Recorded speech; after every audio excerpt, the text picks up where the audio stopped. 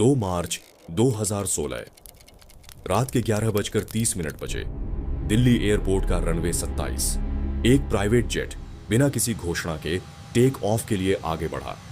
अंदर बैठा था एक आदमी, हाथ में व्हिस्की का गिलास, चेहरे पर वही पुरानी मुस्कान। ये कोई और नहीं, विजय माल्या था। वही माल्या जिसे हम किंग ऑफ गुड टाइम्स कहते थे। वही माल्या जिसने देश के बैंकों से 9,000 करोड़ रुपए से ज्यादा लिए और 1 रुपया नहीं लौटाया। वही माल्या जिसकी एक फ्लाइट में बैठना सपना हुआ करता था, लेकिन उस रात वो सिर्फ अपनी जान बचाने के लिए उड़ रहा था। सवाल है, क्या उसने सोचा था कि ये उड़ान उसकी जिंदगी की सबसे बड़ी गलती बन जाएगी? चलिए कहानी शुरू करते हैं।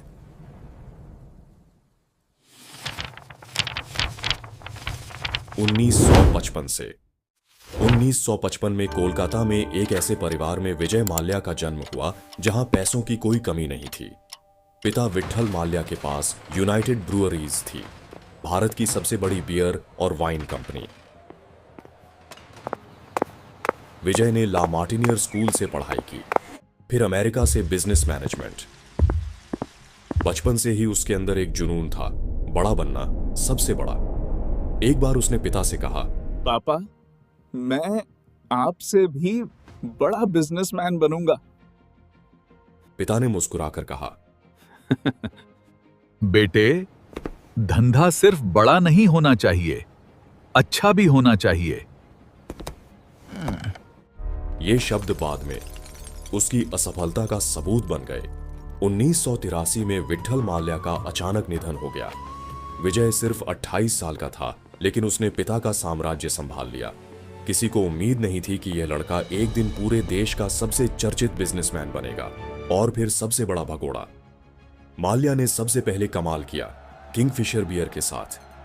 90 के दशक तक किंगफिशर भारत का सबसे बिकने वाला प्रीमियम बियर ब्रांड बन चुका था। हर पार्टी में, हर पब में सिर्फ किंगफिशर का दबदबा था। लेकिन असली तूफान आया 2005 में। माल्या ने सोचा, क्यों ना आसमान में भी राज करूं। उसने देखा कि भारत का मिडिल क्लास अब हवाई यात्रा करना चाहता है, लेकिन एयरलाइंस या तो बहुत महंगी है या बहुत घटिया सर्विस देती है। उसने एक गेम चेंजर प्लान बनाया, ऐसी एयरलाइन जो लग्जरी दे पर किराया सामान्य हो। और फिर आया किंगफिशर एयरलाइंस। टैगलाइन थी, फ्लाई द गुड टाइम्स। पहले फ्लाइट में एयर होस्टेस के यूनिफॉर्म से लेकर खाने के मेन्यू तक सब कुछ शानदार था। लोग दीवाने हो गए। पहले 6 महीनों में ही 2 लाख यात्री, 500 करोड़ रुपए से शुरू हुआ कारोबार तेजी से बढ़ा। लेकिन यही वो जगह थी जहां असली समस्या शुरू हुई। माल्या को लगा, अब कोई रोक नहीं सकता। उसने और प्लेन मंगवाए और रूट्स बढ़ाए, लेकिन कंपनी प्रॉफिट नहीं कर रही थी। हर उड़ान पर नुकसान हो रहा था। फिर भी माल्या ने एक्सपेंशन जारी रखा।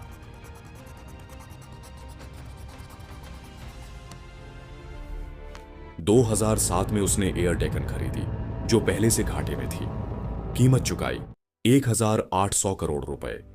जब लोगों ने पूछा क्यों, तो माल्या ने कहा, मैंने कंपनी नहीं, मार्केट शेयर खरीदा है। यहां से शुरू हुआ असली कर्ज का तांडव। SBI, PNB, IDBI, UBI, हर बैंक दौड़ता था माल्या को लोन देने को, क्योंकि वो विजय माल्या था। लेकिन एक सच ये था, किंगफिशर एयरलाइंस कभी प्रॉफिट में नहीं आई। 2008 में जब दुनिया में मंदी आई, तब और भी बुरा हाल हुआ। फ्यूल के दाम बढ़े, यात्री कम हुए, लेकिन माल्या के खर्चे नहीं घटे। जब एयरलाइन डूब रही थी, तब माल्या की लाइफस्टाइल चरम पर थी। उसके पास थीं 250 से ज्यादा लग्जरी कारें, 311 फुट लंबा private yacht, Indian Empress, London, New York, Dubai, Monaco, हर जगह शानदार घर, एक फॉर्मूला 1 टीम, फोर्स इंडिया, एक IPL team, Royal Challengers Bangalore. हर साल गोवा में किंगफिशर कैलेंडर लॉन्च, जहां दुनिया के टॉप मॉडल्स आते थे। उसकी पार्टियों में बॉलीवुड से लेकर बिजनेस लीडर्स तक सब शरीक होते थे। लोग उसे किंग ऑफ गुड टाइम्स कहते थे। लेकिन सवाल यह था, यह सब किसके पैसे से हो रहा था? जवाब था, हमारे बैंकों के पैसे से, यानी हमारे टैक्स से। 2011 आते आते हालात बेकाबू हो गए। कर्मचारियों को सैलरी नहीं मिल रही थी, पायलटों ने काम बंद कर दिया, तेल कंपनियों ने पेमेंट न होने पर फ्यूल देना बंद कर दिया, एक एक करके किंगफिशर की फ्लाइट्स कैंसिल होने लगीं, टैक्स डिपार्टमेंट ने अकाउंट्स फ्रीज कर दिए और फिर 2012 में किंगफिशर एयरलाइंस का लाइसेंस कैंसिल कर दिया गया।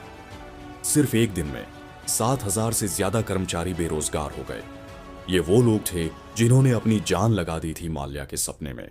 ये सिर्फ एक बिजनेसमैन की असफलता की कहानी नहीं है, ये 7,000 परिवारों की कहानी है। उस क्लर्क की कहानी जिसने 20 साल बैंक में नौकरी की और उसकी पेंशन का पैसा डूब गया। उस मिडिल क्लास टैक्स पेयर की कहानी जो हर महीने अपनी कमाई का एक हिस्सा बैंकों में जमा करता है। जब बैंकों का 9,000 करोड़ रुपए डूबा, वो हमारा पैसा था, स्कूलों का, हॉस्पिटल्स का, सड़कों का पैसा। फरवरी 2016 में भारतीय कोर्ट ने माल्या को विलफुल डिफॉल्टर घोषित किया। सीबीआई ने केस दर्ज किया, ईडी ने मनी लॉन्ड्रिंग की जांच शुरू की, कोर्ट ने अरेस्ट वारंट जारी कर दिया। तारीख तय थी, 3 मार्च 2016 को गिरफ्तारी होनी थी, लेकिन माल्या को पता चल गया। उसने अपने प्राइवेट जेट में लंदन की उड़ान भरी। रात 11:30 बजे, ठीक उसी समय जब भारतीय कानून उसे पकड़ने वाला था। कुछ घंटे पहले वो अरेस्ट हो जाता। उसने टाइमिंग परफेक्ट रखी थी। लंदन पहुंचते ही माल्या ने शरण मांग ली। भारत सरकार ने उसे वापस लाने की कोशिश की। कोर्ट ने आदेश भी दिए, उसे वापस भेजा जा सकता है, लेकिन हर बार अपील होती रही। आज 2026 है।